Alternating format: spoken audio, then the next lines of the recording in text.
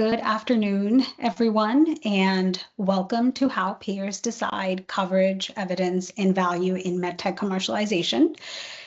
Here's the problem we're solving for today. You can have a breakthrough technology, FDA clearance, strong clinical results, and still watch adoption stall.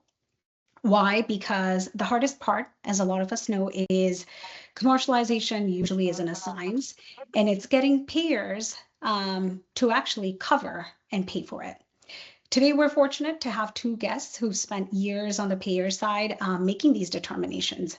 And so over the next hour, they'll walk us through how unmet need actually gets defined in clinical policy, what evidentiary threshold looks like today, how value and pricing get factored into coverage determinations, and where medtech companies often misalign with payer expectations.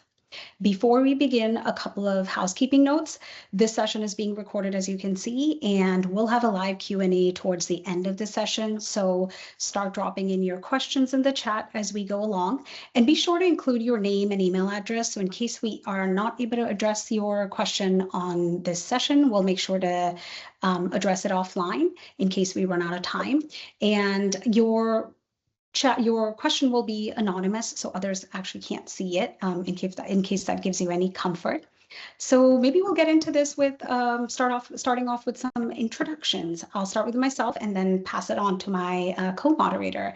I'm your co-moderator today. My name is Lavanya Subbarayan, and I had market access and payer engagement here at PRIA Healthcare. Chris?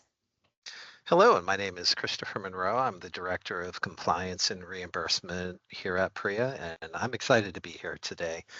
We were just chit-chatting before we had gotten on the call here, and I would do this conversation with these fine folks, even if we weren't doing it here as a webinar. So I'm super excited to get into this chat. Thanks, Chris. Well, of course, our main stars of the show, Dr. Kessel and Dr. Verbrugge, if you don't mind introducing yourselves. Hi, I'm Julie Kessel. I'm actually a psychiatrist by training. I've been on the payer side of the house for 25 years, the first 10 of those years on the behavioral health side, and the last 15 at a major national payer on the everything side, behavioral health, drug and biologic, medical, as well as reimbursement and cost containment. I retired from that role about 1.5 years ago, and I've been helping medtech companies kind of navigate this challenge of payment coverage and access. Thank you, Dr. Kessel. Dr. Verbrugge? Yeah, I'm Dr. Verbrugge, family physician by training, and nobody goes into medical school saying someday they're going to be an insurance administrator, but somehow spent 20 years on the payer side, the last 8 years at a major national payer, with the last 5 years having a clinical coverage policy team reporting to me. I did leave the company about 1 year ago and am now in mental health support, gone back into practice for mental health. So.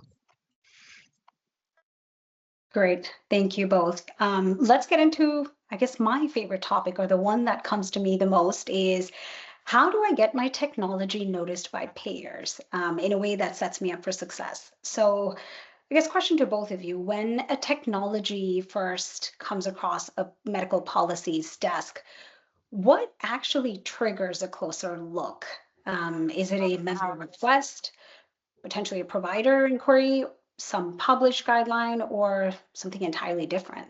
Yeah, I'll just say from the experiences I've had, the answer to that question is yes. It can be any or all of those.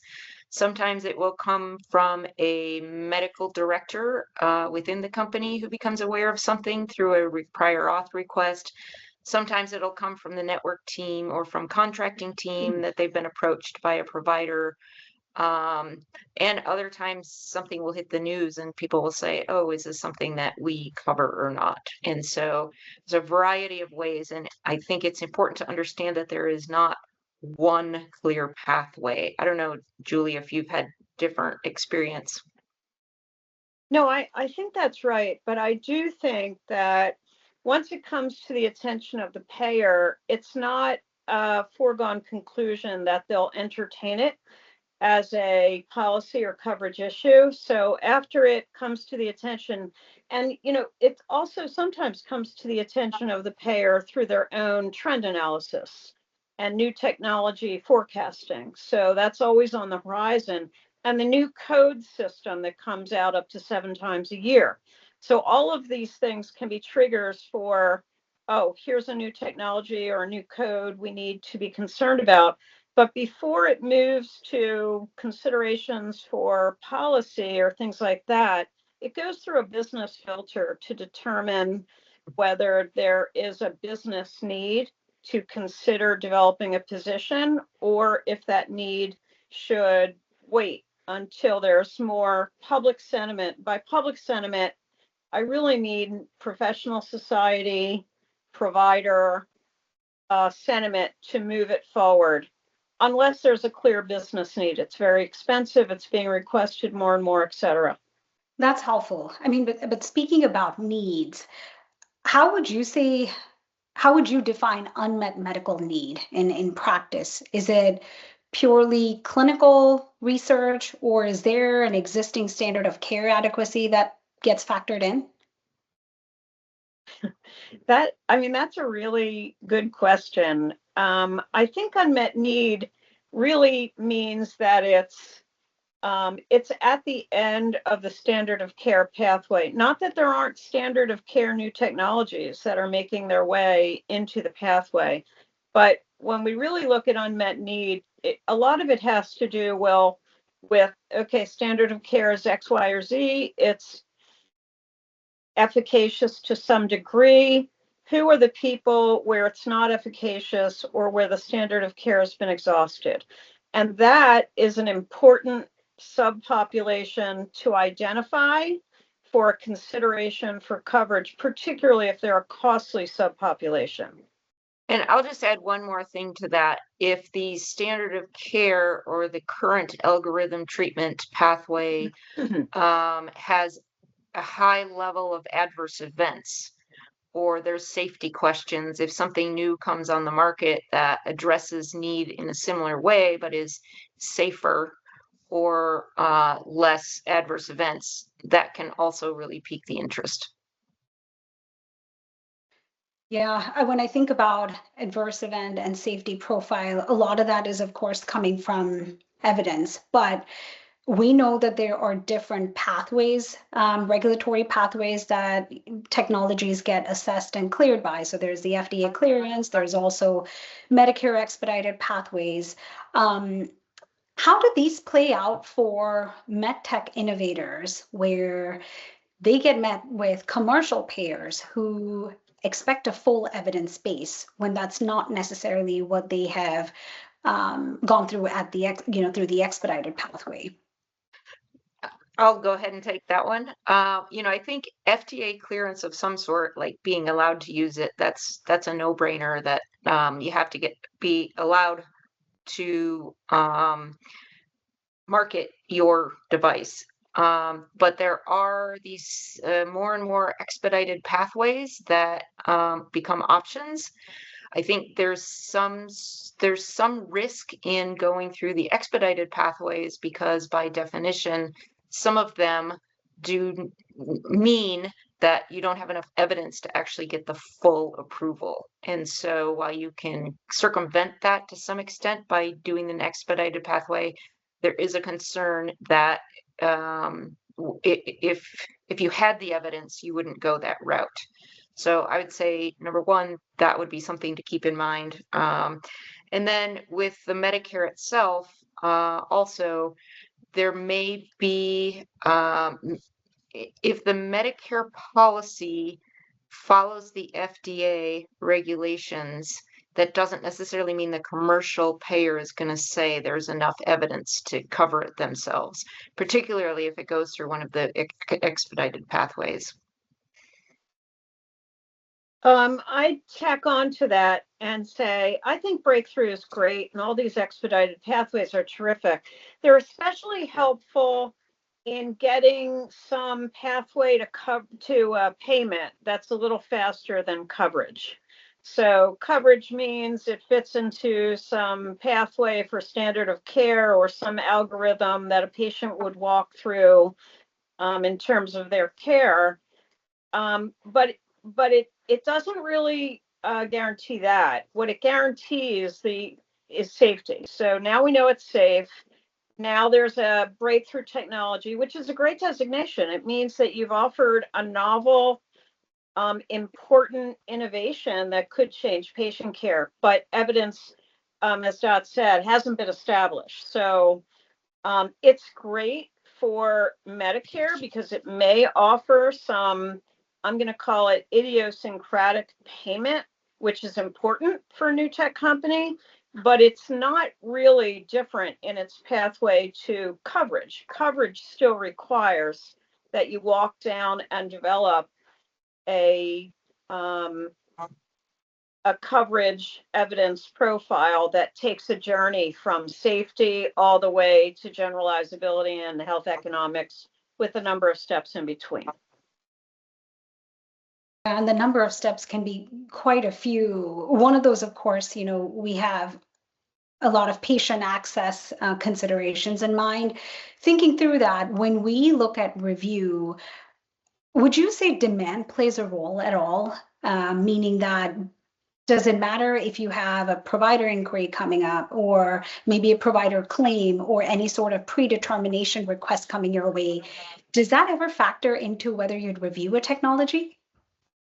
I think about it splitting this way. 85-ish% of the evaluation is driven by the evidence.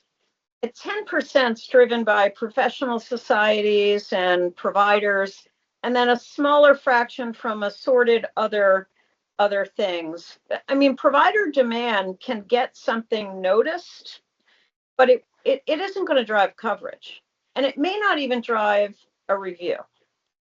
So it's still the evidence that largely matters, because it takes a long time to shift the standard of care. The standard of care shift really needs to be reflected in a guideline, not just a position statement or an interim statement, which is important because guidelines only come out every 4, 5, 6, 7 years.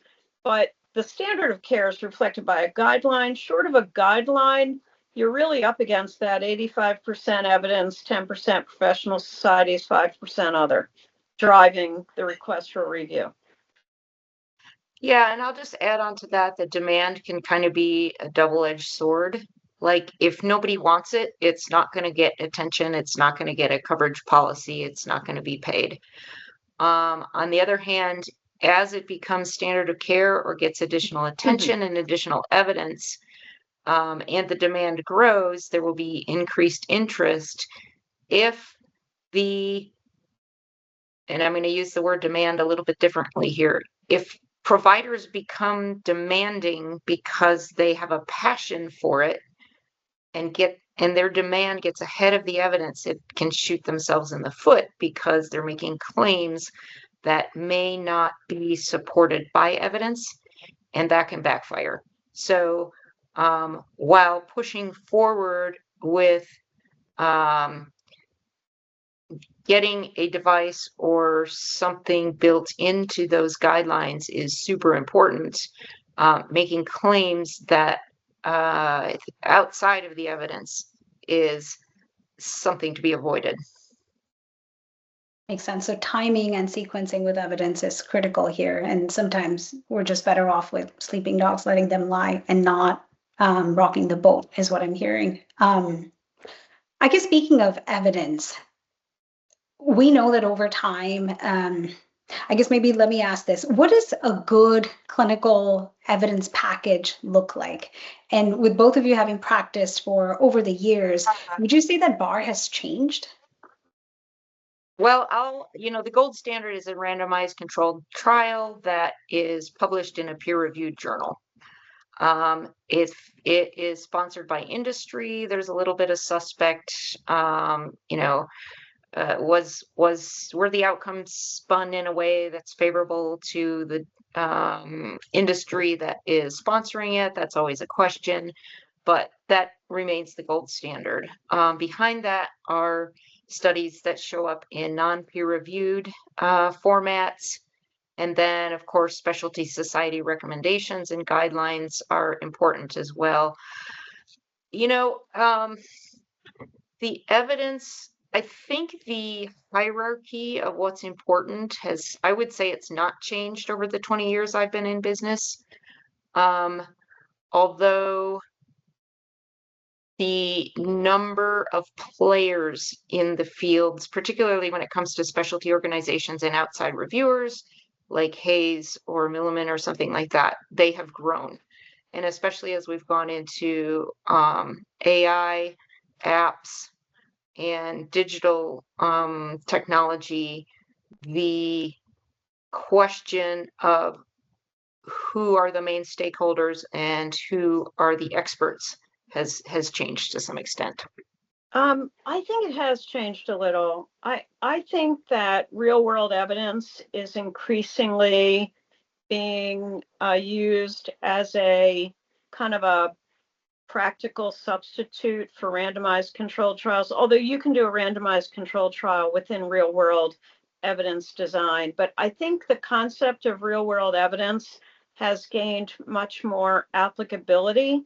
That still does not meet the need for what I like to call the evidence journey: safety, effectiveness, which is typically established in a randomized controlled trial against sham or a comparator, and sometimes the requirement is for both.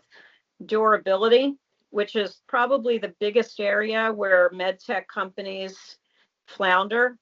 They're feeling like maybe a 6-week to 3-month, based on the mechanism of action is sufficient, but payers will invariably require a year, 2 years, something like that. So durability, generalizability, which is where real world evidence or registry comes in as an important. And then at the very end of that line is economics, health economics. And somewhere in between, you have to have independent replication. So we see a lot that vendors kind of are the sole sponsors of the whole evidence journey. And that in itself, while ambitious and terrific, becomes a liability. There has to, at somewhere along the line, be independent replication of a high level study. So I think it's shifted, but the basics have remained the same. Yeah, I'm curious about that one, Dr. Kessel. So we hear this all the time, right? If it's not the manufacturer, who else will sponsor the study? Yeah. So that's always, but you're balancing that with conflict of interest, always coming up as a limitation. Yes. Where would you say, if not the randomized control trial, just financially being probably the most expensive effort, would you say the independent study review needs to get factored in? Can it happen after the fact? Could it be a single arm or a metadata analysis, just so that It kind of can. offset? Yeah. It doesn't have to be, you don't need independent replication of the whole journey. But you do need replication of, let's say, and this is a generalization, if you need a level 1-2 study to get past effectiveness, independent replication has to happen at the 2-3 level. Independent replication at a level of evidence less than that really is not likely to mean a lot. It's also not likely to be based on independently replicated studies. So We may have lost Dr. Kessel. Perhaps. But I think I get her point, which is, it doesn't have to be at the randomized control, but it does have to be a factor in terms of your evidence journey, just for credibility. So it's not entirely manufacturer sponsored. Yeah, and I'll just tap in on that with the independent replication does have to be part of that, where it's not solely coming from the industry, although it can come from medical specialty societies or external reviewers, like I said, like Milliman or Hayes or something like that. where they have experiential evidence or real world evidence that can support the use of something in larger populations. Now, when something is really, really kind of small niche market, that's harder to do and to understand what the real world evidence would be. But that would definitely be part of the options if the replication is less feasible based on the market. Yeah, and I know we talked about registry too, Dr. Verbrugge. Are there certain considerations to keep in mind when you're building a registry that could often get missed by innovators? Yeah.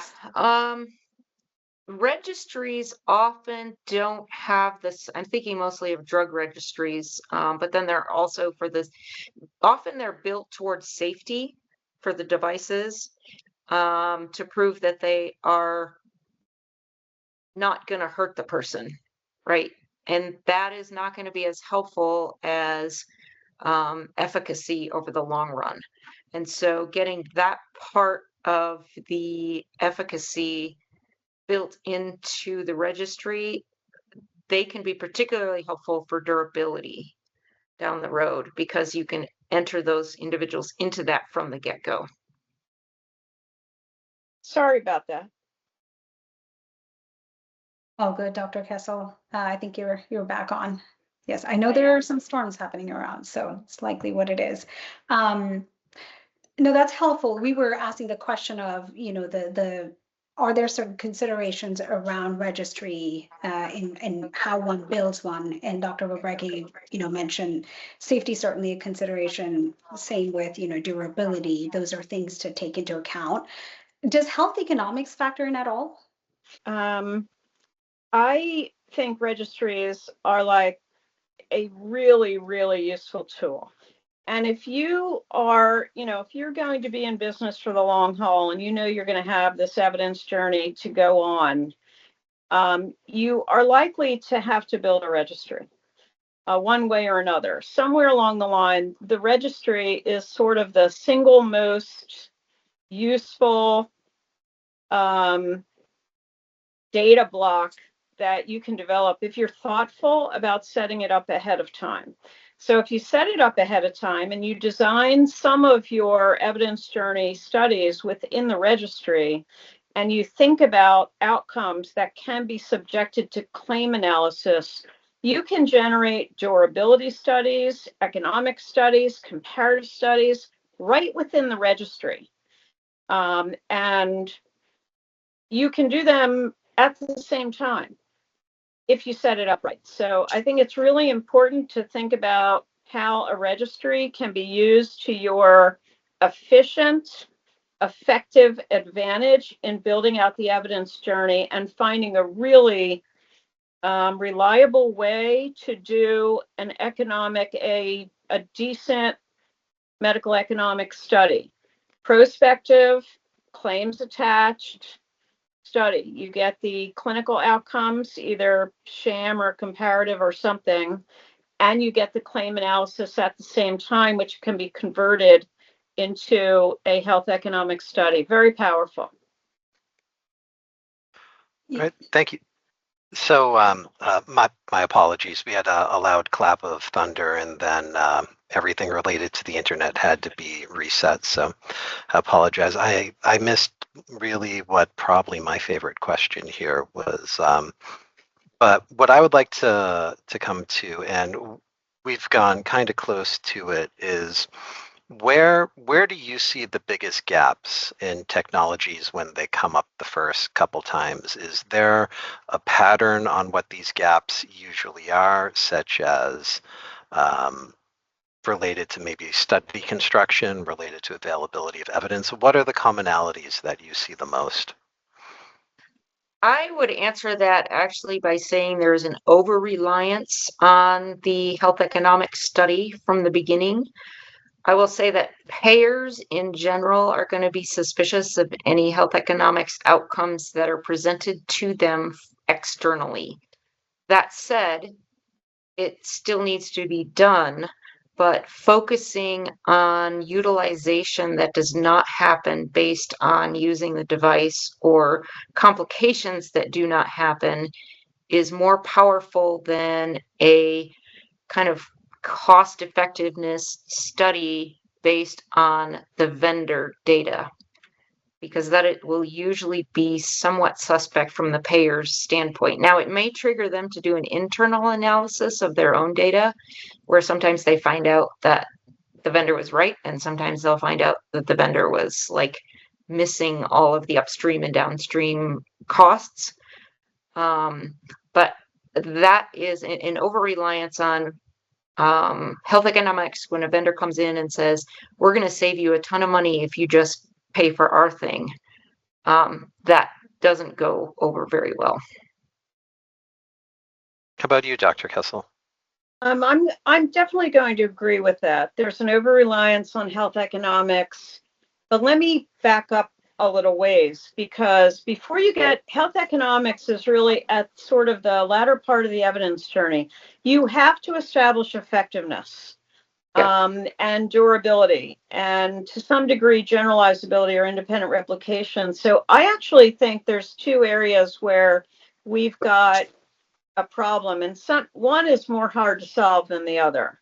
And that is the initial effectiveness trial. I'm not necessarily talking about a pivotal trial. Sometimes a pivotal trial is a small effectiveness trial, and you need a bigger one, or you need one that's sham controlled, or you need one that's comparative. Sometimes the pivotal trial is enough to get you an FDA approval or clearance or whatever, but it's not enough to establish the initial effectiveness over whatever the comparator is.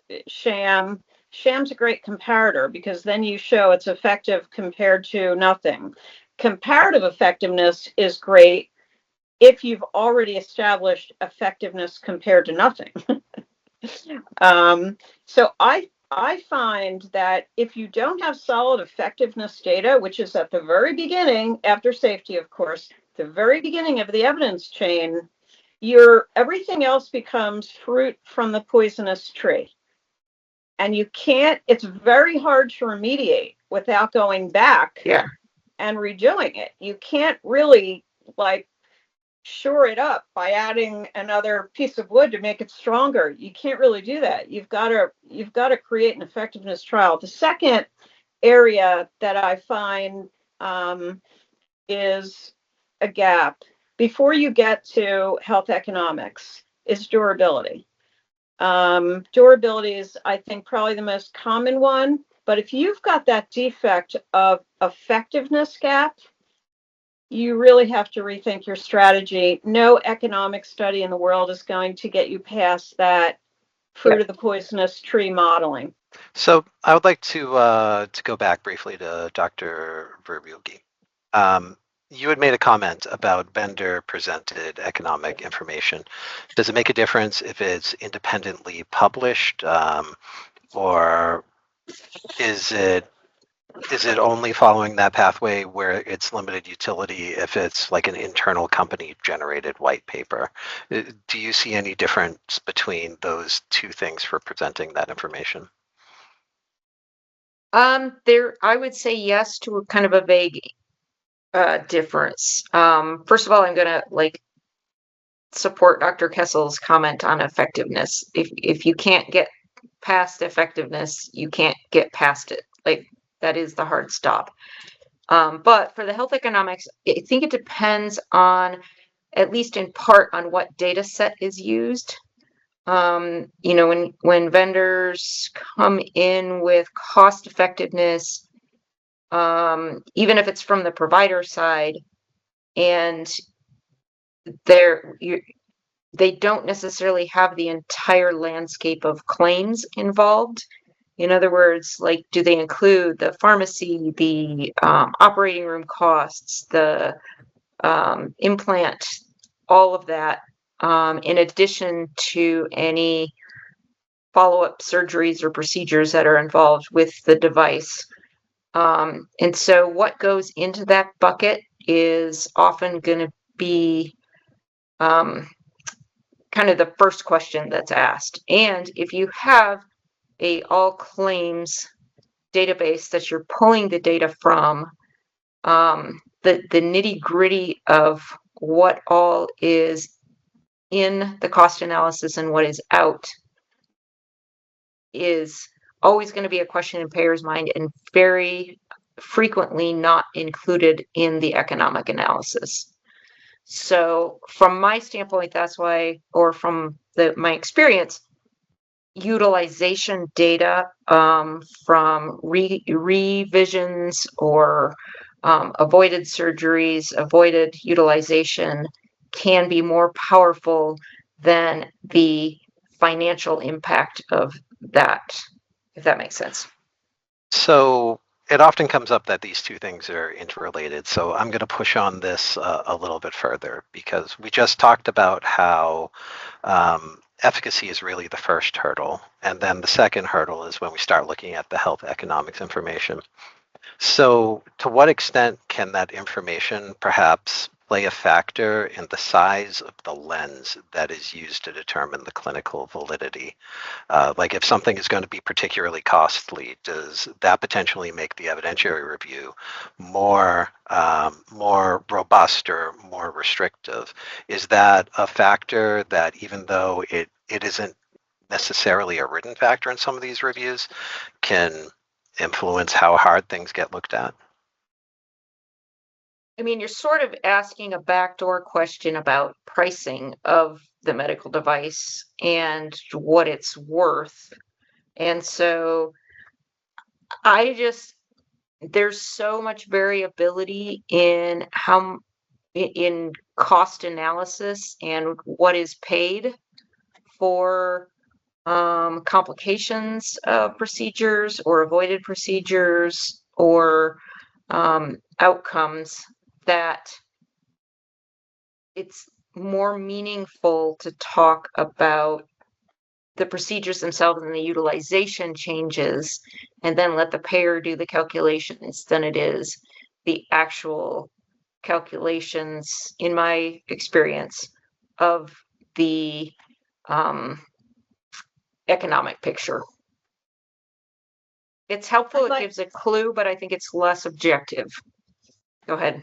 I see the health economics. So let's assume, you've got some data. I see the health economics similarly in a kind of a journey. It's not that they go from you need this to get to this to get to this. The health economics story is only as good as the data. So, you can have a modeled health economic outcome. That usually means you don't have real data. You can have a retrospective propensity matched study. That usually means you have some data. Or you can have a prospective claims linked study. That usually means you've got really good data. But even if you have really good data, or whatever data you're going to use, you have to be transparent about what you're including, what you're excluding in terms of utilization data. Are you leaving out costs that should be included? Are you including costs that should be left out? Because the payer will take every opportunity to scrutinize both of those. So you have to be careful about what you're including. And then the other thing is, you have to write down all your assumptions. And one of the assumptions really has to be based on what are the inclusion criteria? What medical necessity criteria are you including here? And I like to set that up as a sensitivity analysis. Let's assume more people get this device intervention than less people. And where is the economic assessment going to land? Obviously, if more people get it who don't meet criteria or who don't meet where the studies show there's effectiveness, you're going to have you'll have a less return on investment. And I think that's a pretty important thing for you to lay out for the payer. The payer is absolutely concerned about how many people who don't meet the inclusion criteria are going to get this, and it absolutely will be scrutinized with a much higher level. A prevalent condition will be scrutinized far more significantly than a not prevalent condition.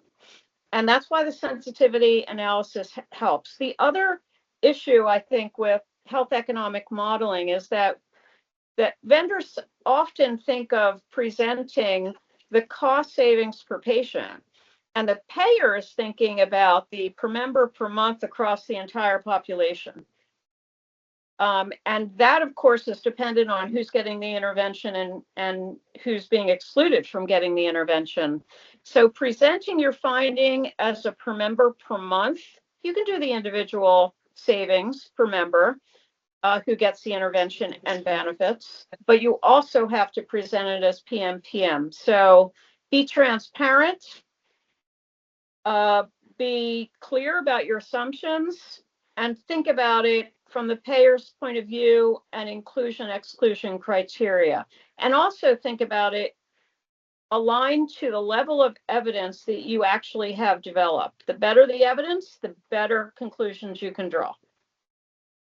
Is there a sequence, Dr. Kessel, to doing this? Because let's say you've got the clinical validity, utility, effectiveness, study underway. Would then something like a cost effectiveness or budget impact model matter? Or knowing that payers are always skeptical, there's no other way because coverage with evidence development isn't very, palatable to payers anymore. There are far and few that pilot, Right. whether it's on a cost of care basis or even on the evidence side. When would you say, is it a question of timing at that point? Once you've got substantial evidence, then introducing a budget impact or a cost effectiveness study with the considerations of inclusion, exclusion. Is that a good time to introduce it? Because I think this always comes up too. Yeah, you can't introduce it too early because it's just not going to be credible. A modeled health economic analysis is virtually useless if it's not actually based on some development of the evidence where you have real claims to make and real ability to cross to claims. It's not going to be very, very useful. So you can't introduce it too early, but I also like to say, don't introduce it too late. I mean, be thinking of the health economic model, how you might design your durability study to include health economics. But it's not, if you're on the edge, if you're on the border of evidence, I think a health economic argument can be super effective. But if you're not at least on the edge, it's not going to push you over.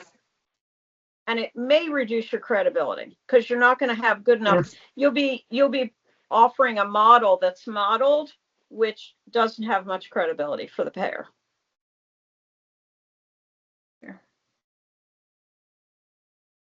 So did that answer your question? Yeah, it does. I think, like many things, timing, sequence certainly matters. Yeah. So to what degree in this equation does demonstrated demand through utilization play? Starting to see cases, starting to see appeals, starting to see overturns at IRO. To what degree has that been factored into how you look at things in your decision making and your experience? Yeah, I guess I'll take that. I definitely, if there's no demand, if it's zero, like nobody cares, right? So we can start there. As that grows and the evidence builds, that's when it becomes interesting, right? When you're starting to see some activity, starting to see some utilization, and assessing what is the effectiveness of this new device and what's out there. So the data around kind of approvals and denials and utilization can go either way. Sometimes if a payer has already said the evidence isn't there, we're not covering this, and vendors show approvals, it might be a tip off to the payer that there's leakage, that they're paying for things they shouldn't be paying for, and they might double down and cut that off.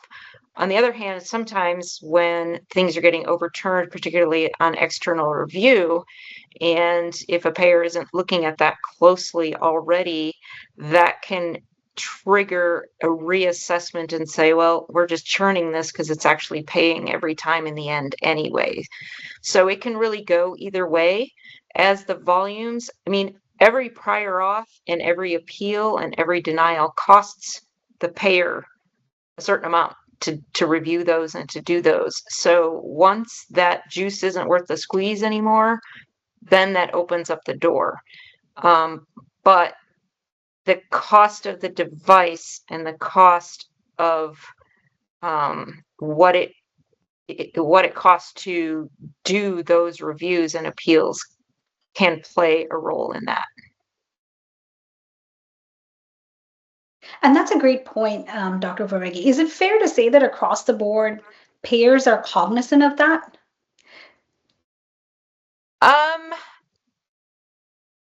Yes, I mean it's all part of the calculation of how do we, if the efficacy is there, then how do we manage it? What are the criteria that we're going to use? Are we going to put it on prior auth or not? If not, how else are we going to manage it? I mean, when something is just flat out not covered, and then it's actually pretty cheap and easy for the insurance company to not pay for it because it's never ever covered, so they don't have to review it necessarily for medical necessity. But once you do show the efficacy and there is an argument to be made for at least a limited population for medical necessity, then the question is, how do we manage that from there? And that management can then there's an internal economics question of what's it going to cost us to manage this. And the more there is, and the more that more demand there is, and the more get approved, at some point, the process of not covering becomes costly. That's very helpful. I think that can be a strategy for payment early on with a number of technologies, is to do the case-by-case review and build a little bit of a cadence of coverage. But it will have to develop into a substantial cadence in order for it to overcome the evidentiary barrier. The evidence always comes first. I mean, that's kind of what we've been saying over and over for each question, is where we sort of, there's all these other nuances and the evidence comes first, right?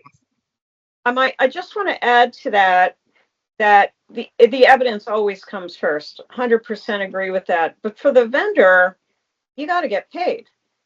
And the case-by-case coverage may be the vehicle to at least begin to get some degree of payment and test the waters as you're developing your evidence. So I do think it's a valuable pathway that should be used. I think it's more valuable in the Medicare space, but it's still valuable in the commercial space. All right, so let's pivot. Let's pivot a little bit and let's talk about what one of my favorite subjects is, which is how do you get on the payer naughty list? What are the red flags? What are the most common mistakes that that you see companies make that end up haunting their relationships with the payers? Other than obviously what we talked about, which is leading with economic data first.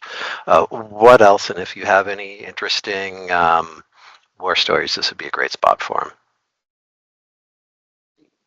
Well, I definitely leading. It's not just leading with the economics first. It's leading with claims that aren't supported by the data. And the payers are pretty good at figuring that out. So they're pretty good at looking at the individual studies and saying, you overcalled that claim, or that was done in a single arm study, or you didn't have, the relevant comparator. And so when the PR talking points the payers can see through that really rapidly. So I've always found I really enjoyed not partnerships, but I really enjoyed the relationships with the vendors. When they come and share what they're doing, how they're building their evidence journey, what their experience is, and what I'm as a payer interested in, that builds a lot of credibility. When they come in and they're not trying to, I've never thought they're trying to deceive me into thinking something's more effective than I think they really think that it is. And it's without the clear understanding of how the evidence matters. So when you overcall something, misquote something, identify something that's not really published, those things call into question credibility matters. And you do not want to be on the credibility downside of the payer. And I think I'm going to decline to use examples. Well, I'll just follow that up by seconding that. I think the biggest pitfall is making claims that aren't true. And sometimes that can be in the form of quoting medical specialty guidelines or endorsements, but leaving out a few words, like saying, this device is safe and appears to be effective, where then it will be quoted to the payer as, this device is safe and effective. And there is a difference in that nuance between it appears it may be effective and it is effective.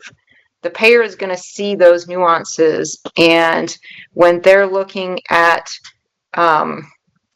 what is being presented to them by the vendor, and it's supposedly endorsed by someone somewhere, to have them then look that up and see that the endorsement is not nearly as strong as what they put in their materials, that throws credibility out the window.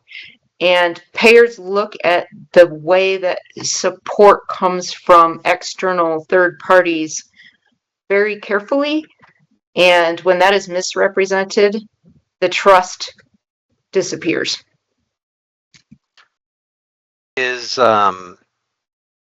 the solution to that to just get those things just out on the table? Like if there's a guideline and it's tepid, just get the whole thing in and just present it in a way where it's not potentially cherry picked. What's the best way to deal with those situations? Because those do come up. Yeah, I mean, and it could go either way. Either leave it out of your presentation, especially if it's a couple years old, or put it in as it is and say, this is why this was worded this way. But don't misrepresent it ever. I agree with that. Don't misrepresent it. Sometimes it's good to get it out of the way. Sometimes you really don't want to focus on it. I would not advise that every defect be just openly disclosed at the beginning of the discussion. That really, the payer has to do some work to figure out the guidance, the limits of the presentation. I think it's your responsibility to be transparent and genuine and to represent the data appropriately. But I don't necessarily think that you have to disclose every subtle frailty in the study or every subtle issue that needs to be explored in depth. You should put your best foot forward and be prepared if things come up to discuss them and to discuss them honestly. But I don't know that you have to disclose everything. What do you think about that, Dot? Yeah, absolutely. The payer is going to find out anyway. Like, they're never going to go off simply what the vendor says. They're going to do their systematic review of the evidence. They're going to look for all of the usual sources of third party and medical specialty societies and look for what others are saying and what else is out there. Put your piece of it exactly as it is published, or precisely with the data and wording that you have, and then let the payer, they're going to do their own investigation anyway before they make a decision. So they can find that out, and that's reasonable to leave that to them.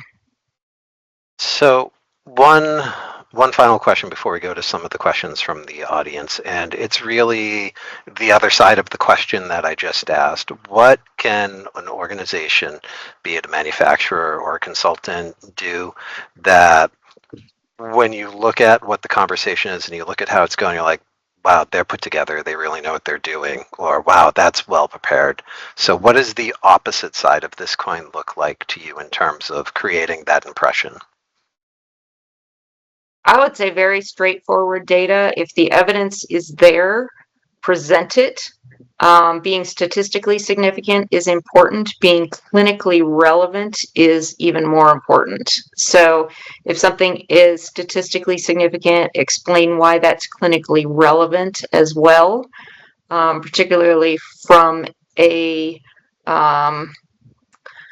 standpoint of safety and efficacy.